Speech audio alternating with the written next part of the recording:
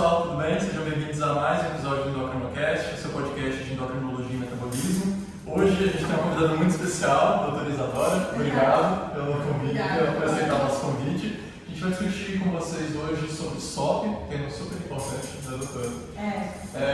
A Isadora, ela é ginecologista obstetra, ultrassonografista e ginecologia obstetrícia pela Sociedade Brasileira e é ginecologista endócrina e reprodutiva e especialista em sexualidade também. Isadora, primeiro eu queria que você começasse falando para a gente um pouquinho sobre o que é SOP, de fato, assim, contextualizar o que é a doença e se existe uma explicação do porquê que ela acontece, uma base fisiopatológica. Oi, gente. Primeiramente, eu queria agradecer o convite, amei estar aqui, me senti muito honrada.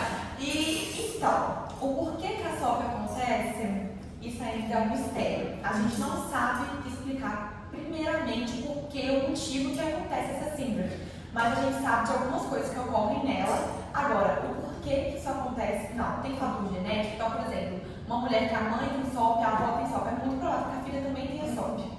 Tá atrelado também a questão de hábito de vida, mas a fisiopatologia certinho não vou saber dar essa resposta.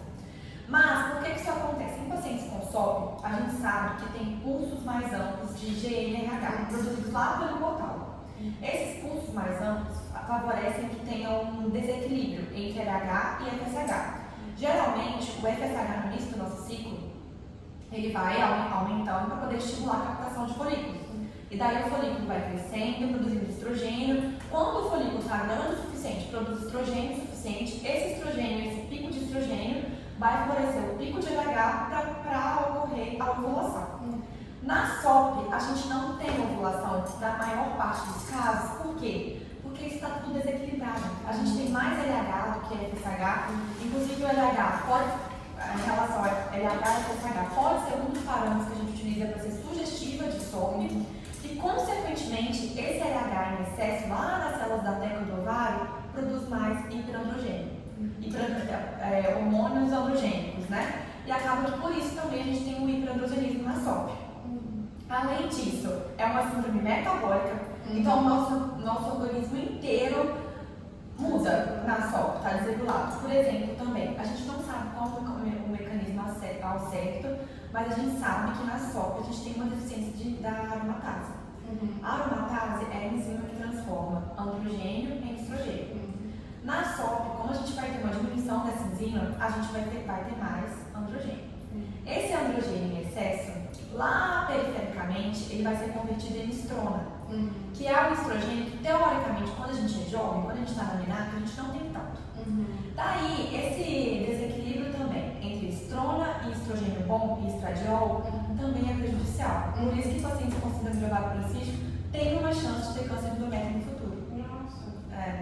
Exatamente, isso é uma coisa que a gente tem que ficar atento também. Então não dá para paciente com SOP falar, eu acho bom porque eu não menstruo. Não dá, porque você tem esse estrogênio ruim, entre aspas, em excesso, e lá na frente, se você ficar muito tempo sem ovular, sem a progesterona para contrapor, pode dar câncer de endométrio. Mesmo se a mulher achar bom menstruar assim, ela vai ter que tratar do mesmo jeito. Exato. Tem um custo a ser pago por isso. Exato. Sem contar que mesmo que a paciente às vezes não tenha obesidade, faça dieta, faça atividade física, por ter essa questão do LH, que estimula o hiperandrogenismo, e apesar de a gente saber que pacientes com SOP, fenótipo tipo A, que tem hiperandrogenismo, que tem anovulação, fica muito tempo sem menstruar, e que ainda tem ultrassom com ovário de aspecto policístico, essa paciente tem mais chance de ter diabetes. Por quê? A gente não sabe direito ao certo, mas o metabolismo funciona de uma forma que tem uma resistência periférica à insulina, tá? Só que no ovário, a sensibilidade à insulina está aumentada. Então, vamos supor, lá no músculo, no fígado, eles entendem que tem que produzir mais insulina para poder, ter o controle, e aí o pâncreas fala, vou produzir mais insulina. Então, você vai ter mais insulina. E aí no ovário, o ovário tá, vem insulina. E aí esses receptores de insulina também afetam o LH, que também produz, tem uma enzima que aumenta a produção de androgênio, então é muito difícil você controlar esse hiperandrogenismo da SOP. E por isso que o anticoncepcional combinado, estrogênio, progesterona e quantinil, às vezes é uma boa opção para paciente que tem SOP. E não é que vai tratar diabetes, vai prevenir diabetes, não.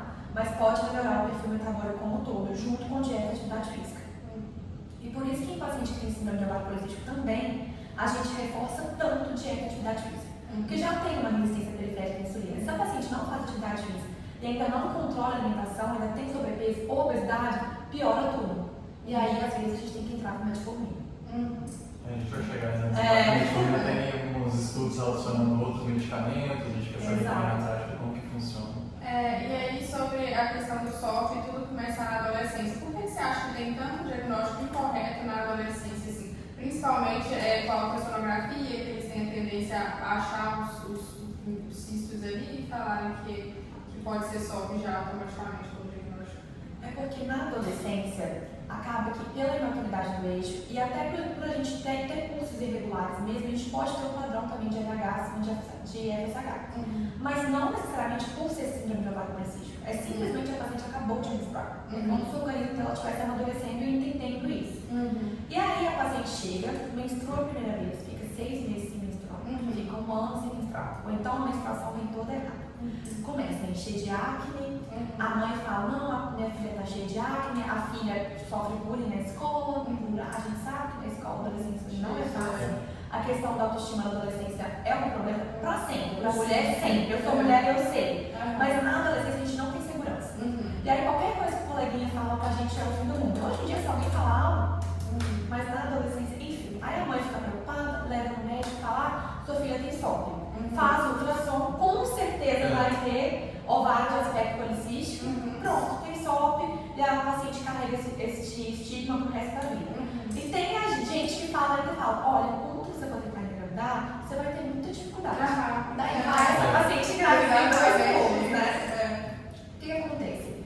A gente, como ultrassonografista, a gente não deve, a gente pode até escrever no laudo, mas a gente deve deixar claro que o diagnóstico por meio do ultrassom, utilizando o ultrassom como critério, a gente só pode depois de 5 anos da menarca. Ou seja, se a paciente tem um hiperandrogenismo muito importante, depois de 2 anos da primeira menstruação, muita acne, queda de cabelo, muito pelo, além disso, se ela fica muito tempo sem menstruar, poxa, essa paciente falou muito a favor que ela tenha SOP, tá? Agora, se é uma paciente que só fica sem menstruar, que não tem um hiperandrogenismo muito importante e tem um ultrassom com ovário de aspecto policístico lá com 14, 15 anos, não dá para fechar o diagnóstico da síndrome utilizando o ultrassom. Não dá. O ultrassom não é critério para fechar o diagnóstico da síndrome de ovário policístico na adolescência. Então a gente espera pelo menos 8 anos da data da primeira menstruação, tá? Agora tem paciente que a gente olha para ela e fala, meu Deus, essa paciente tem muita cara de SOP, ainda mais se ela tem uma história familiar, etc. Daí a gente coloca, ela tem risco para SOP. Vamos reavaliar seu risco e tudo mais depois de 8 anos. Porque acaba que a partir do momento que você dá o diagnóstico de síndrome de ovário policístico para uma adolescente, ela tem síndrome de ovário policístico, porque SOP não tem cura. Então é um diagnóstico que carrega muito estigma, muita ansiedade, pacientes começam a ter várias dúvidas e a SOP é uma síndrome metabólica. Então tem sim mais chance de diabetes, infarto. Então é um diagnóstico que a gente tem que ter muita cautela para dar. É igual a pressão alta. Você não dá diagnóstico de pressão alta na primeira consulta com o paciente, entendeu? A gente espera. A SOP é a mesma coisa. Não é um diagnóstico, você tem SOP. Não é. Entendeu? Agora, ter um ovário de aspecto policístico não é sinônimo de SOP. Mesmo depois que o paciente já tem 25, 26, 27, hoje mesmo, eu fiz um ultrassom de uma paciente minha que não tinha nenhum critério para síndrome de ovário policístico com 28 anos e ela tinha ovário de aspecto policístico. Falei com ela, mulher, agradecer a Deus. Porque isso quer dizer que ela tem uma reserva ovariana boa, entendeu? Então não quer dizer que tem a síndrome. Para ter a síndrome, a gente tem que excluir outras causas como hipotireoidismo, prolactina aumentada, tumor, etc. A gente exclui essas causas e tem que ter 2 dos 3 critérios, que são a anovulação, ou seja, ficar mais de 3 meses sem menstruar 2 vezes por ano só, hiperandrogenismo, muito pelo, acne sendo pelo de característica masculina, clínico ou laboratorial e ultrassom de ovário de aspecto policístico. Se for olhar, até meio perigoso também, né? Você fala com uma adolescente que ela tem SOP, que ela corre muito risco de não engravidar, e aí ela pensa, então não vou engravidar, tudo bem, e aí ela acaba engravidando. É isso que a gente vê no TikTok. As pessoas colocam a minha SOP aqui de fato, elas não estão erradas, sabe? Eu tenho certeza que elas escutaram isso mesmo. Ah, você tem síndrome de ovário policístico, você não vai engravidar. Você é infértil, ainda não vai engravidar. A SOP delas. Então não dá pra gente falar isso de forma alguma.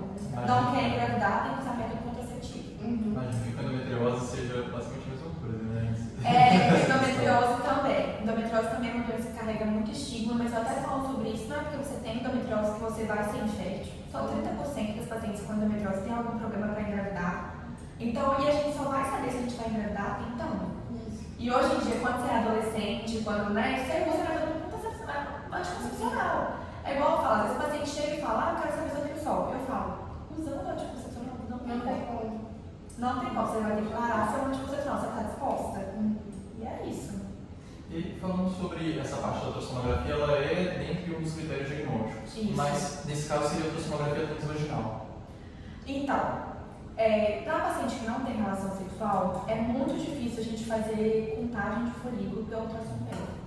Eu falo por conta própria, gente. O ultrassom pélvico não é fácil. Por mais que a paciente esteja com a bexiga cheia, já tem esse desconforto, ela tá doida para poder fazer, a gente tem que fazer rápido o exame.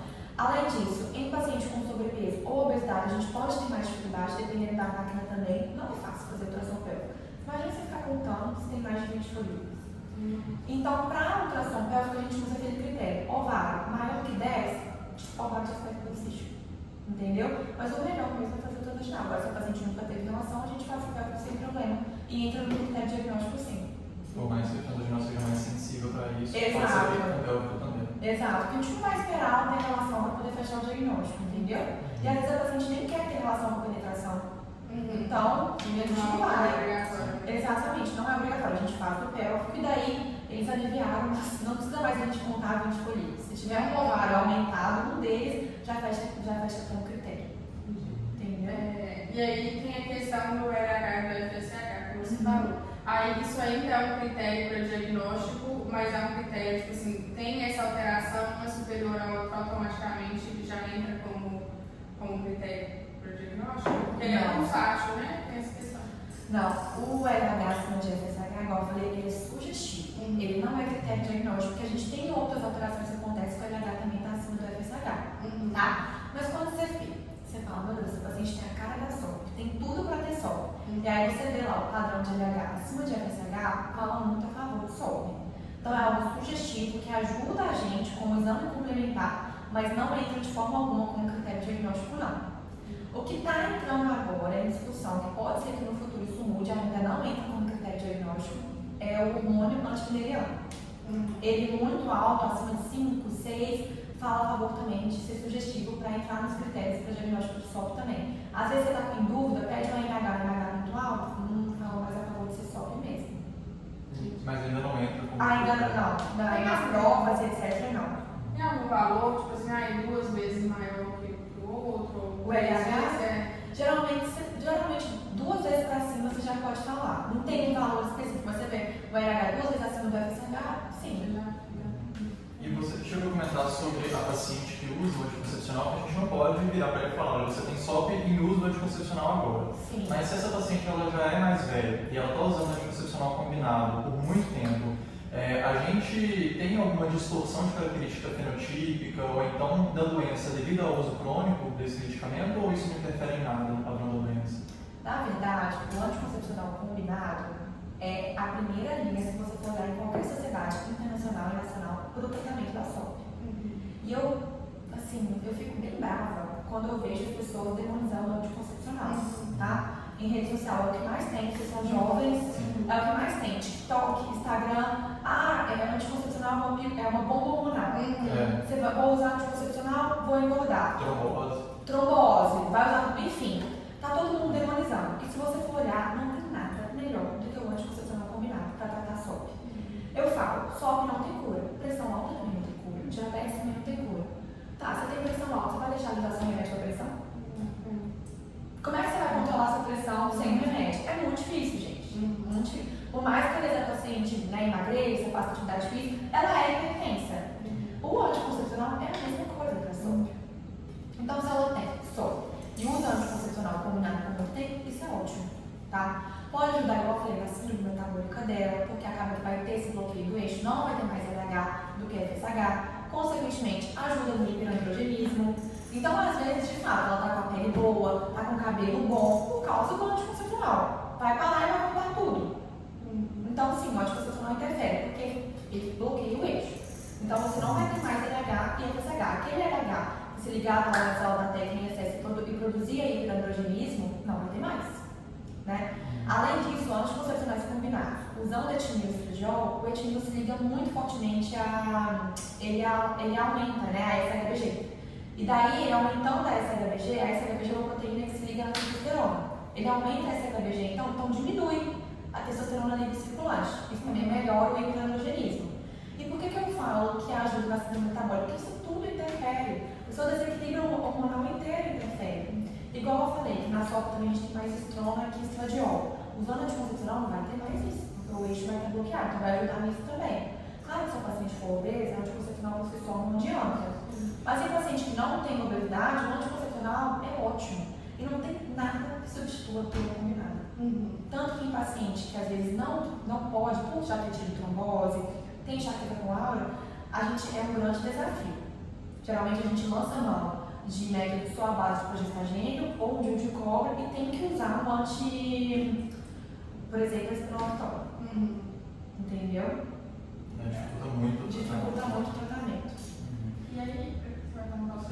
Só sobre o artigo, puxando um gancho que ela falou aí sobre síndrome metabólica, pelo menos a gente está acostumado a estudar já com essas literaturas do começo dos anos 2000, assim, sempre fala, paciente com só síndrome metabólica, metformina, sempre. E aí, recentemente, assim, nos últimos 5 anos, a Anvisa ela tem liberado cada vez mais análogos de GLP-1 para tratamento de qualquer comorbidade envolvendo isso. Recentemente, agora, foi inclusive a SARS, né, síndrome da apneia de sono e da hipopneia. E aí, esse artigo da Nature, ele é um artigo, claro, estrangeiro, a gente não tem muita coisa aqui no Brasil sobre análogo de GLP-1 na síndrome metabólica da SOP, mas esse artigo é muito interessante porque ele mostra que 90% das mulheres com SOP têm excesso de peso. Então, não necessariamente obesidade, mas um sobrepeso, 90%. Claro que isso aí são dados principalmente do Reino Unido, mas aqui no Brasil eu imagino que seja parecido a epidemiologia, né?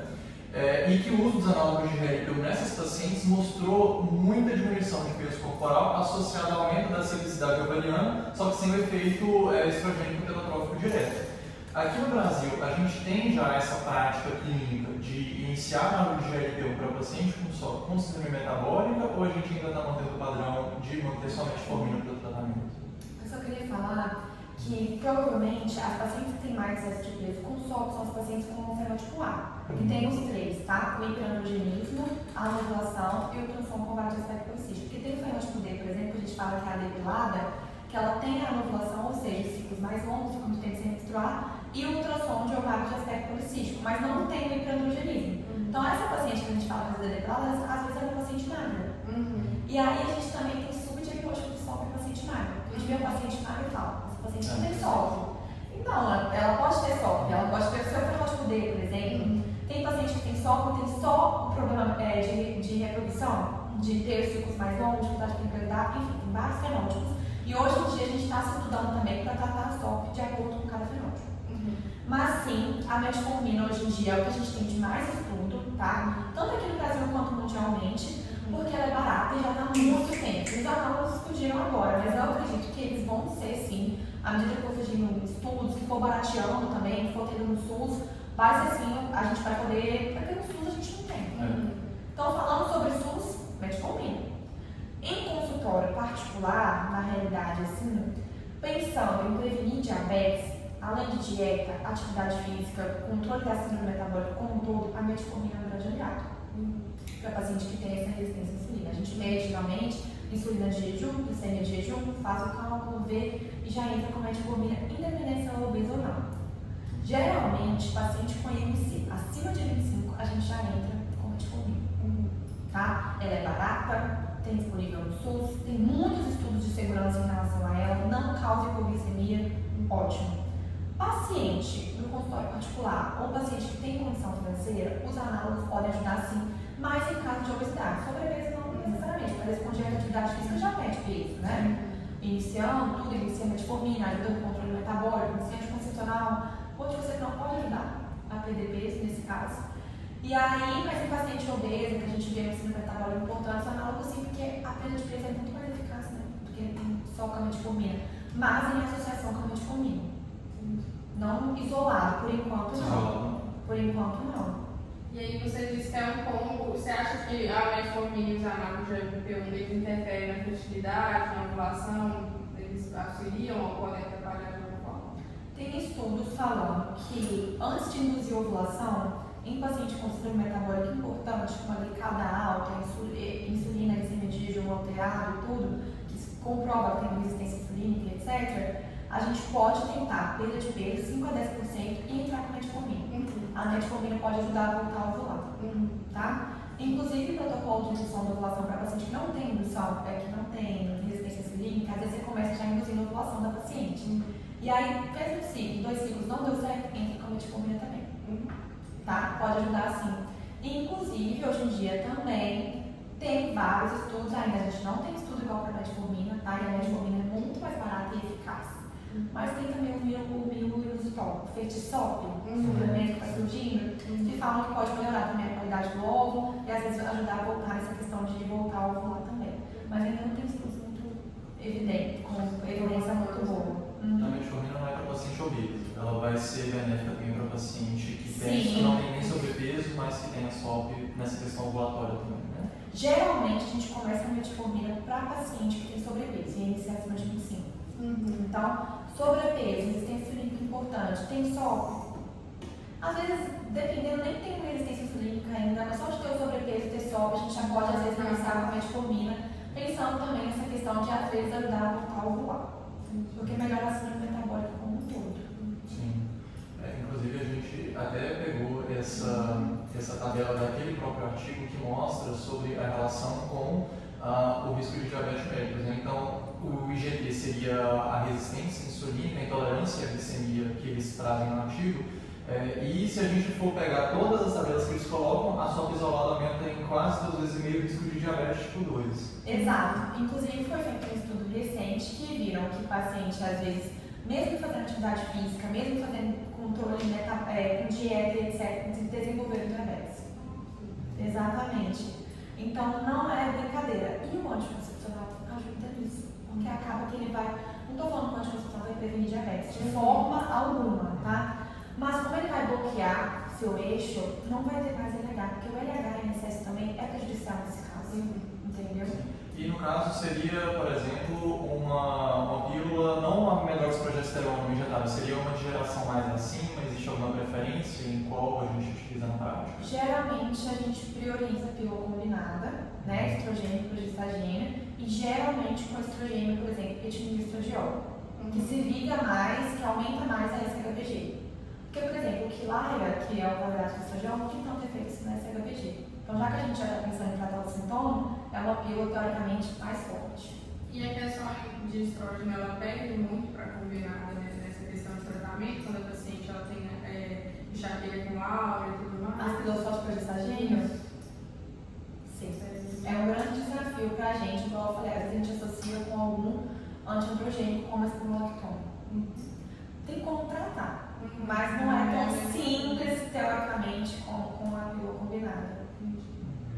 E aí, por exemplo, a gente tem muito isso de, sem esquecer a parte do fenótipo, mas que no consultório o paciente negra, obesa, com uma purificação de um padrão mais masculino, e a gente já dá o diagnóstico de SOP. Você acha que as mulheres, o fato da mulher com SOP poder ser magra, uma mulher sem SOP poder ter sobrepeso, isso muda muito o diagnóstico, isso aumenta a subnotificação ou diminui a notificação da quantidade desses pacientes? Isso é difícil para a gente no ambulatório? É difícil, porque a paciente com obesidade, ela pode ter acantose, por exemplo, resistência insulínica e etc., só simplesmente por ser obesa, e não por ter síndrome de ovário policístico. E aí, às vezes, você fica, entendeu? Mas se ela não fecha 2 de 3 critérios, por exemplo, se ela tem só a ovulação, a gente já pressupõe que é pela obesidade, e não tem ou hiperandrogenismo ou ovário de aspecto policístico, não. Agora, se ela não ovula, a gente fica em dúvida se é uma obesidade ou não. Sim. Tá, se ela não ovula e tem hiperandrogenismo, fala muito a favor que ela possa ter síndrome de ovário policístico mesmo. Mas é difícil.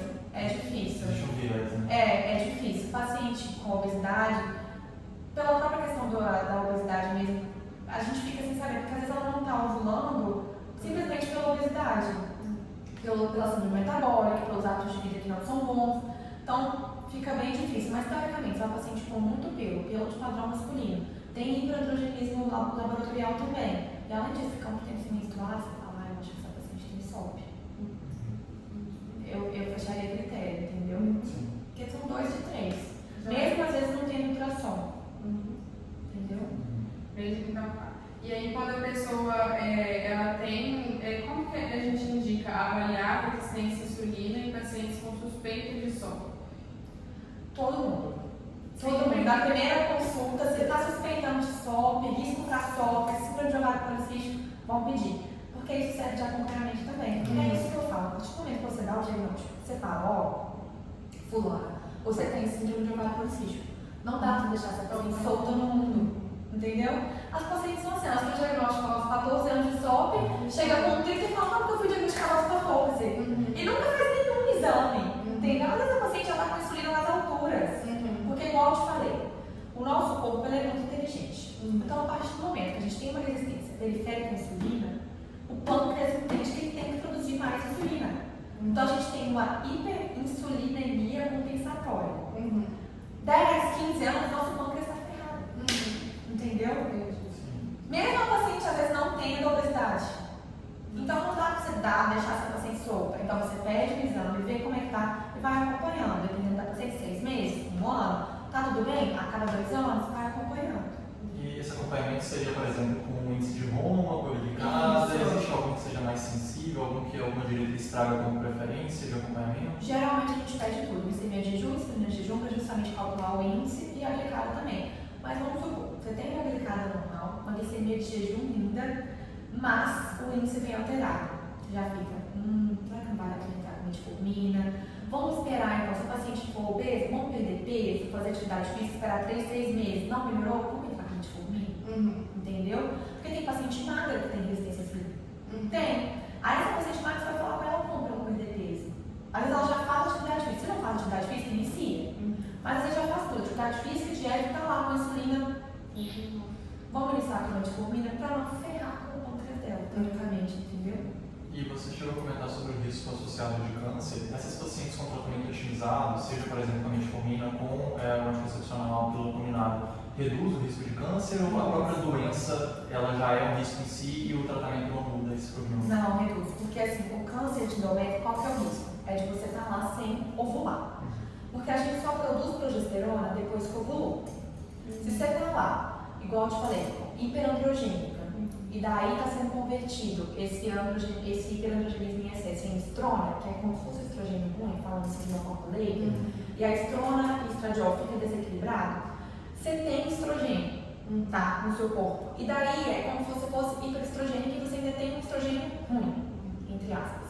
Esse estrogênio vai proliferar no seu endométrio e não vai ter a progesterona para poder fazer seu endométrio se transformar em endométrio secretor e descamar. Não vai ter. Então pensa, você fica 5 anos assim, 10 anos assim. Primeiro você vai ter uma hiperplasia endometrial, depois isso pode gerar câncer. A partir do momento que você está usando pílula combinada, acabou. Tá? Você está usando uma pílula que teoricamente está bloqueando o seu eixo, então não vai ter esse descontrole. Tá? Então por isso que não dá para a paciente ficar sem menstruar e não usar nada. Ah não quero usar pílula combinada de jeito nenhum, a gente tem que fazer ela sangrar. 3 em 3 meses, todo mês, dar uma progesterona para ela poder sangrar, para o endométrio dela não ficar só proliferando. Isso foi até uma coisa que aconteceu comigo. Teve uma época que eu era muito nova, né? Eu tinha uns 13, 14 anos, eu fiquei 1 ano sem menstruar e aí eu precisei tomar minha hidroxiprogesterona. Aí no caso era porque o endométrio estava proliferando muito e precisava descamar. Então é assim, você não pode deixar. Na verdade, você tomou a medroxy Você tomou não da precisava Provera? menstruar, oi? Você tomou da Provera? Não lembro. Não? Muitos anos, né? Ou você tomou oral ou injetável? Não, você tomou oral. A medroxy. Exato, a gente pode usar qualquer tipo de progesterona. A Provera foi encerrada. Não, enfim, a gente pode usar qualquer tipo de progesterona. Aí tem a medroxiprogesterona, tem o glifaston, tem o progestan, que é a progesterona bioidêntica, né? Micronizada. Então a gente pode usar qualquer tipo de progesterona. E aí a gente tem que te fazer sangrar. Mas provavelmente neste caso ele teria também fazer como se fosse um teste de progesterona que a gente faz para menorreia secundária. A gente faz isso às vezes, vê se a paciente vai sangrar. Então pode ser isso. Mas ficar 1 ano sem menstruar, sem ovular, 2 anos, 3 anos, vai ter um risco sim acumulado para câncer de endométrio. Ainda mais a medroxy, né? Que pode levar a aumento de peso, sim, bem que não, mas você tomou oral, né? O oral a gente usa para esse teste. Mas a Depo-Provera, assim, a injeção de 3 em 3 meses, pode sim. Não é que vai acontecer em todo mundo. Tem gente que toma e ama. Mas é o único método que está atrelado ao ganho de peso, pela retenção, por ser um método de depósito, então, sim.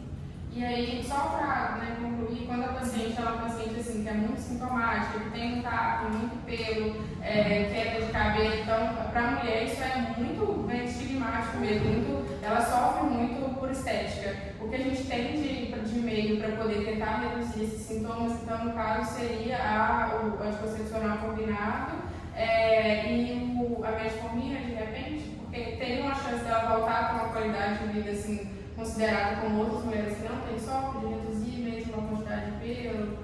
Sim, isso que eu falei, que é importante. Tem mulheres, gente, eu recebo paciente que assim, tem muito pelo mesmo. Tanto que às vezes a paciente tem pouco pelo, fala, eu tenho sol, eu falo, querida, você não sabe o que é ter sol. A gente tem critérios para poder analisar essa questão do pelo, não é que você tem mais pelo que você tem sol. Eu recebo paciente com muito pelo mesmo. Pelo nessa região, pelo aqui, que elas ficam desesperadas, desacreditadas. Só que, para o hiperandrogenismo, para isso, nada vai se comparar à pílula combinada.